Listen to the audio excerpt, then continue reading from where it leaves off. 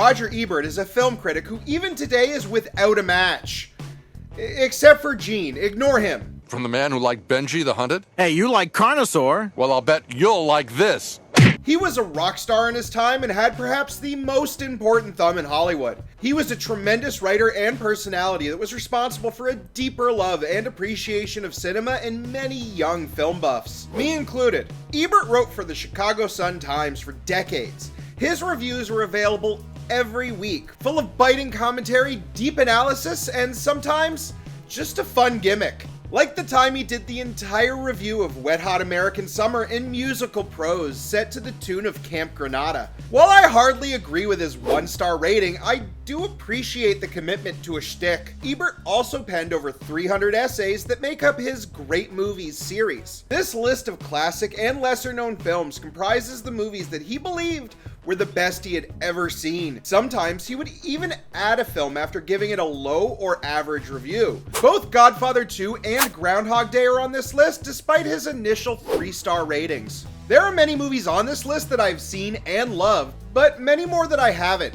That's why I have decided to embark upon a great journey. Okay, scale back, Chris. You're gonna watch some movies, not go to the moon. That's right, I'm gonna watch and discuss every film on Roger Ebert's great movie list. I'm going in the order he published them in, which is a better choice than chronological or alphabetical, since it offers far more variety. Though I make no promises to slavishly stay in this order, I will try my darndest. So with that set up, let's get started. Our first film on the list is the 1974 John Cassavetes picture, A Woman Under the Influence. Don't worry everybody, E.T. is literally next. They won't all be this somber or obscure. A lot will be. Maple's not crazy. She's unusual. Tell me what you want me to be, how you want me to be. I can be that. I can be anything. You tell me, Nicky. Okay, yeah, so this was a rough start. This is the first film I have ever seen by writer-director Nick Cassavetes. While I have heard his name mentioned in various documentaries or books, I never really looked into his work or what the significance of his career was. Watching the first 10 minutes of A Woman Under the Influence, I can easily see what he started. There is a direct line from this movie to A Marriage Story. The film's plot, and plot is used very loosely here, is about Mabel and Nick. They are a married couple in the film's modern setting of 1974. Nick is a construction foreman in a time when that job alone could provide for multiple children in a house this fucking big. Our generation was robbed. Mabel is his stay-at-home wife, and she has mental health issues, including wild states of disassociation and mania. Her health issues seem all over the place with tics, sensory overloads, and other problems with social interaction. Over the course of the film, her condition worsens until she is hospitalized and then returns home. Her husband, played by Peter Falk, fails to help at every step of the disintegration. The movie is more about inhabiting the world of this family and their life.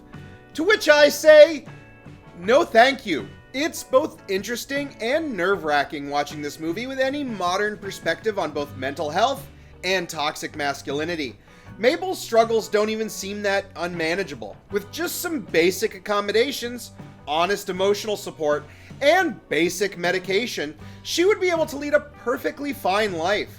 However, this is the height of the planet of the boomers, and Mabel might as well wish for a unicorn. Never have I wanted to reach through a screen and strangle every man in a movie. Well, maybe Sucker Punch. I know the film tries to frame Nick as a working class guy doing his best who genuinely loves his wife, but I lost all sympathy by the time he slapped her for, you know what, I'm not even entirely sure what for. Nick yells constantly, especially at his kids. He promises his wife a romantic evening and then gets stuck at work. He then promises to spend the whole day with her and proceeds to bring his work friends over so she can cook for them. This kind of behavior is the subject of shows like Kevin Can Fuck Himself, where the blue-collar husband is far from sympathetic. This movie is chaotic and at times headache-inducing. However, I completely understand why it's the first on Ebert's list. This is the first film I have seen Peter Falk in, aside from The Princess Bride. He is a tremendously natural actor, and his performance in A Woman Under the Influence is absolutely a masterclass in believability. The same goes for Gina Rowlands as Mabel, who is nominated for an Oscar for this role. It's easy to see why. I don't think I'll be revisiting this film anytime soon, but that doesn't mean it's not full of tremendous value. The movie has a lot of filmmaking talent. The midpoint is one big scene involving a doctor coming over to assess whether Mabel should be committed. At points, the frame rate is jacked up and the editing becomes erratic. In a film that is played this close to reality, it's a strong technique to show the mania and anxiety that is currently gripping the poor housewife. The film is a slow-motion tragedy, and it becomes even more of one as time has gone on. I've found myself yelling at every man on screen for their destructive decisions and dismissal of Mabel's actual needs, in favor of what is most convenient for them. This started very early on when a stood-up Mabel wanders into a bar, drinks far too much, and then is taken home by a patron she was being too friendly with. By any modern standard, Mabel was raped, but the film glosses over it with such abandon that it immediately puts a bad taste in my mouth. In his essay, Ebert pointed out that the end of the film makes it clear that Nick has just as many mental health issues as Mabel. There is a scene in the film that does illustrate this. Mabel has been hospitalized, and Nick is now caring for their 3 children. After work, he decides he wants to take them to the beach.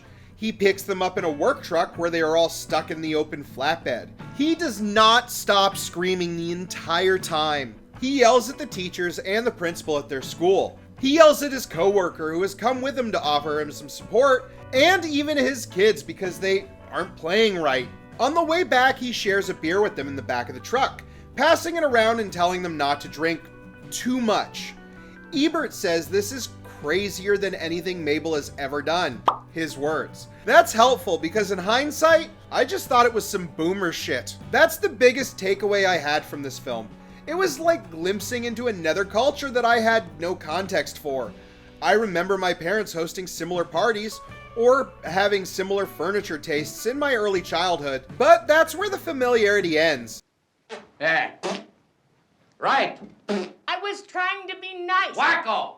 Maybe that's the point. Ebert said that these characters are ones who crave love, are bad at giving it, and worse at receiving it.